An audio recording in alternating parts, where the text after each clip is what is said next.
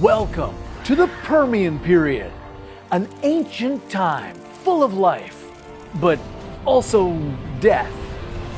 The Permian was home to the largest mass extinction event in Earth's history, even bigger than what wiped out the dinosaurs.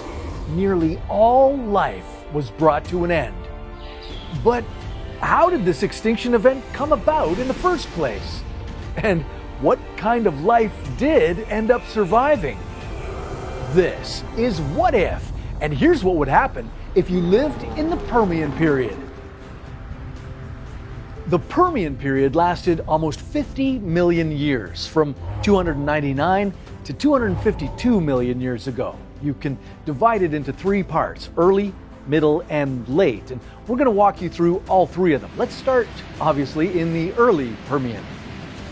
This period saw the birth of some of the earliest four-legged creatures. They're all extinct now, but they were the forefathers to dinosaurs and later mammals. They were massive predators that you definitely want to stay away from. On land, the apex predators were the synapsid. This species ruled the land before dinosaurs took their place. They're often referred to as mammal-like reptiles, and they look like a mix between a dog and a lizard. They also had incredibly thick skin, which retained a lot of moisture. This allowed them to thrive in the increasingly dry environment. The most famous synapsid, and one you would definitely not want to encounter, is the Dimetrodon. Over 3.5 meters long, this carnivorous predator had a large sail on its back. Since it was cold-blooded, it needed something to regulate its temperature. Maybe this sail-like appendage did the job. It helped the Dimetrodon heat up and cool down depending on the temperature. These beasts were also equipped with an incredibly scary mouthful of teeth that were all different sizes. Another animal you'll have to worry about? Gorgonopsians. These were carnivores with saber-toothed fangs. They remind me a lot of Siberian tigers. Some scientists have described them as the T-Rex of their time. They were frightening predators that could destroy anything in their path. And their favorite food? Dicynodonts. That name literally means two dog teeth. Thankfully, if you encountered one, you wouldn't need to be afraid because they might become your lunch. Yeah, these synapsids were herbivores, and they came in all different sizes. They could be small, like a pet dog, or as big as a cow.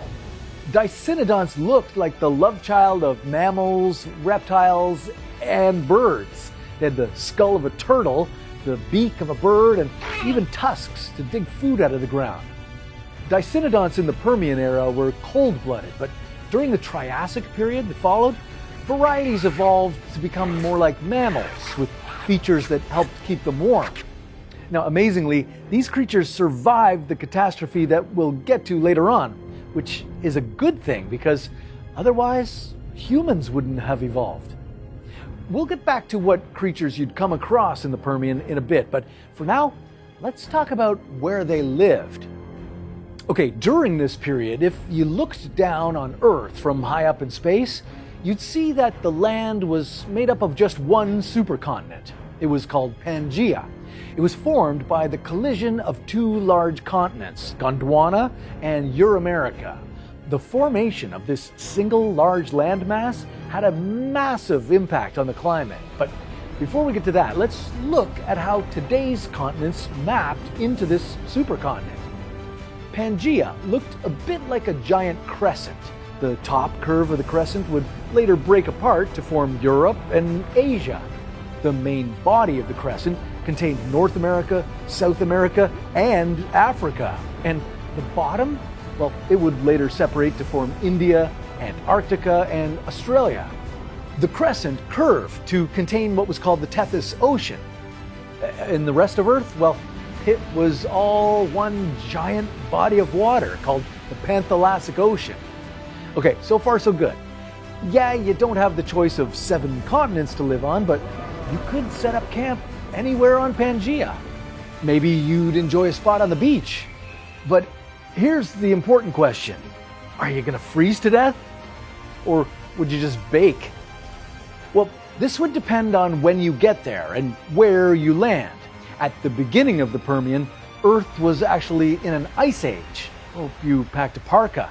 If you set foot on the southern region of Pangaea, you'd find tons of glaciers, or literally gigatons of glaciers. These could be found in what is now southern India, Australia, and Antarctica. Now, due to this giant landmass, the weather will be vastly different from what you're used to today. In our current world, the oceans do an amazing job at absorbing heat. They also warm up and cool down slowly, affecting the temperatures on land. But on this supercontinent, the interior land was far from water, so temperatures in this area are much more extreme. In the middle Permian, you'd enjoy a climate that's warmer, milder, and moist. The glaciers have now receded. Inland, Pangaea is arid, and according to the Pangaean mega monsoon theory, there were extreme seasonal fluctuations. You'd be hit with wet and dry periods throughout the year. With further increases in temperature, the late Permian would be very dry, with some alternating warm and cool periods. Now, what about the atmosphere? Was there enough oxygen for you to survive? Well, at the beginning of the Permian, oxygen concentration was actually pretty high, 30%. This is because of what had happened on Earth during the previous Carboniferous period. Forests had covered the Earth, creating an oxygen-rich atmosphere. Now, you might enjoy this extra boost of oxygen. You'd feel more energized and lively. Living in the mountains would be much more comfortable because the thinner air would now be offset by the higher oxygen concentration. But as good as oxygen is, you can't breathe it for too long at this concentration. Over time, you'd overdose and get oxygen toxicity. You could have difficulty breathing, and in severe cases, you might have a seizure and die. But high oxygen levels didn't last the whole time. There was a big drop toward the end. But before we get to that, you're probably wondering, what is there around here to eat? Well, as temperatures rose during the Permian, plant life began to take off. But unfortunately, there wouldn't be many options for you on the menu. In the early Permian, there were polar tundra regions, as well as tropical swamp forests. Now, as the climate became more dry, the swamp forests dried out, and water-loving plants shrank to become shrubs. So, unless you had the jaws and stomach of a cow, or 4 stomachs of a cow, eating these dry shrubs wouldn't have been too much fun to chomp on. And unfortunately, these shrubs were all shrub, no berry. There were no fruits at this time. They didn't really evolve till the Jurassic, so you'd probably be at risk of getting scurvy. But there was plenty of one thing: ferns. Ferns were the dominant plant life. Maybe you could eat some tender fern leaves and make some tea out of tree bark. It's no whopper value meal, but it'll do, I guess. Some of these plants would have been dangerous too. You wouldn't be accustomed to them, and they might cause some sort of deadly allergic reaction. But nasty plants weren't your only option for food. Why don't you try a nasty insect instead? The increased growth of plant life during this time provided a haven for insects. Bugs with sucking mouth parts made their debut during the Permian. You'd also see massive dragonflies roaming about. Maybe try to catch one of those. I wonder if they taste like chicken. You'd also notice that these insects are massive. In the early Permian, the large insects from the previous Carboniferous era were still around. By the middle Permian, these giant insects had disappeared. What was left were smaller insects that are still around today in some form. But forget these gross plants and insects. Where are the animals we could eat? Well, you wouldn't want to target the scary Dimetrodon or the Gorgonopsian that we met earlier. Some grilled herbivorous Dicynodont would be nice. It's no Popeye's Spicy Chicken Deluxe, but it just might hit the spot. Now, on the smaller side of creatures, there were the Varanopids. These were small lizard-like creatures that mainly dined on insects. Another super important group during the Permian was the Sauropsids. These were basically reptiles. During the Permian period, when synapsids dominated, the Sauropsids remained small and lizard-like, but they'd make a fiery comeback later on. I don't know about you, but these animals are either looking scary or unappetizing. And I'm not really in the mood to eat a cross between a lizard and a dog. Can you catch some fish? Maybe a fillet of fish? Permian seas were full of bony fish, which had two features: fan-shaped fins and thick scales.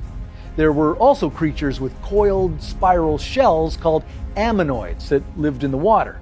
Again, it's no ultimate endless shrimp, but a seafood diet might be your best bet. Now, if you go for a dip, watch out. You'll want to steer clear of the scary Gyaesia geniae, a salamander-like creature with deadly fangs and a 2-foot-long skull. This creature was way bigger than you. It was 2.5 meters long. Scientists describe its head as being like a toilet seat, which opened up to suck in its prey. The good news? It was sluggish, so if you're a fast swimmer, maybe you can escape it. But not everything thrived during this time. As you reach the late Permian, you'll notice things changing. Creatures all around the planet are going extinct in what's known as the Great Dying. This was Earth's biggest mass extinction event. 90% of marine life and 70% of all animal and plant life died out. Now, scientists still aren't completely sure what caused this mass extinction, but there are several theories. One of the leading theories is that a series of natural disasters is what got the whole thing going. Volcanoes. Toward the end of the Permian period, there were massive volcanic eruptions in what's now Siberia, and not just for a few years or decades, for about 600,000 years. Huge flows of lava flooded the region, but it wasn't the lava that caused the extinction. It was the volcanic gases that were being spewed into the air. This caused an increased concentration of sulfur dioxide in Earth's atmosphere. What happened next? Acid rain. Volcanic ash was also thrown up in the sky, blocking the sun, making it dark out, also causing the temperature to fall. As a result, plants found it harder to photosynthesize, and the food chain was disrupted. The extinction of plant life, then herbivores, and then carnivores followed. It was like a set of dominoes falling. But it wasn't just the food chain. It was literally becoming harder to breathe because the impact to plants also had major effects on the atmosphere.